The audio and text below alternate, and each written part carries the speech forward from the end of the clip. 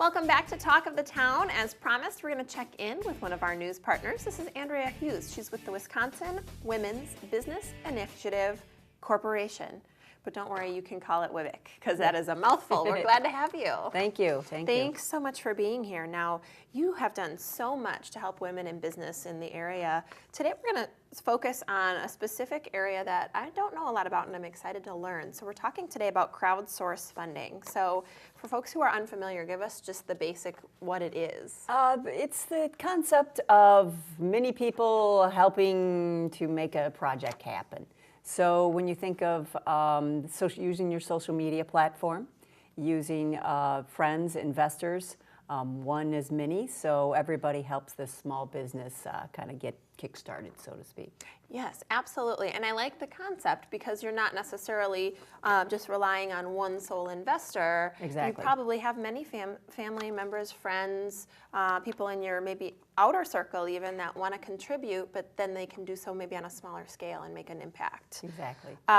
Let's talk about the types and purposes. We were chatting before we got started. I had only ever heard of GoFundMe and didn't realize there was other types. Right. So depending on what you're trying to do with your small business, there's different things you want to do. And these can even be used for charity base. Some of them are if you have somebody that's gotten hurt in the family and you're all trying to collect money to help that person or to get them a new car or something like that. Those are all donations, you know, so you want to look for the specific funder that does that. Then there's some that are reward-based. So let's say that you want to do a CD. It's your first musical CD. You don't have enough money for the down payment, it's for the studio, and so you need $5,000 up front, and you tell all of your friends that they're going to get the first CD and it's going to be signed. But you have to remember that, you know, there's some pros and cons to some of this too, and each of them have their benefits and their requirements. Sure. Good word to use, but highlight some of the pros and cons and maybe some of your thoughts there. Well, one of the great pros about it is that you get to test in the marketplace. You all of a sudden you're putting something out there on Kickstarter, which is huge, or Kiva, which is worldwide, and then essentially you're already starting up in advertising. People are starting to recognize, so that's great. One of the cons is there are fees to these things. You know, they're not free either, and with all the money that you get in, you have to make sure that you're going to be paying taxes on some of that too.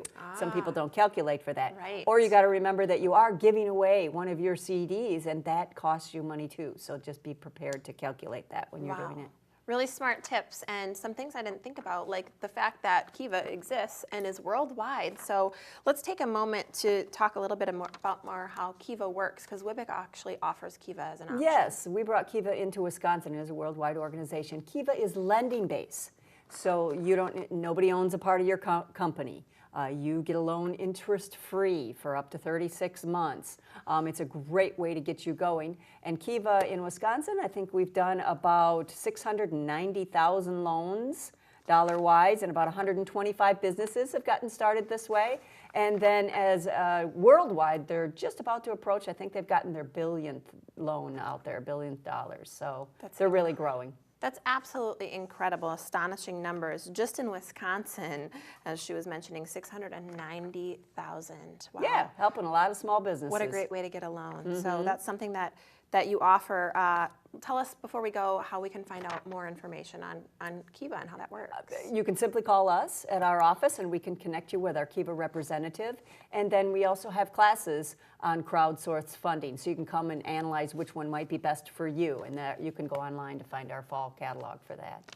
Absolutely wonderful. One of many classes and opportunities offered by WWBIC. You guys are wonderful. Thank you. Again, this is Andrea Hughes, the Regional Project Director with, I got to use my cheat sheet when I do the full name, Wisconsin Women's Business Initiative Corporation, or WWBIC. Thanks so much. You guys are fabulous news partners. We always learn something from you. Thanks a lot. Thank you for watching. We've got more Talk of the Town coming up after the break.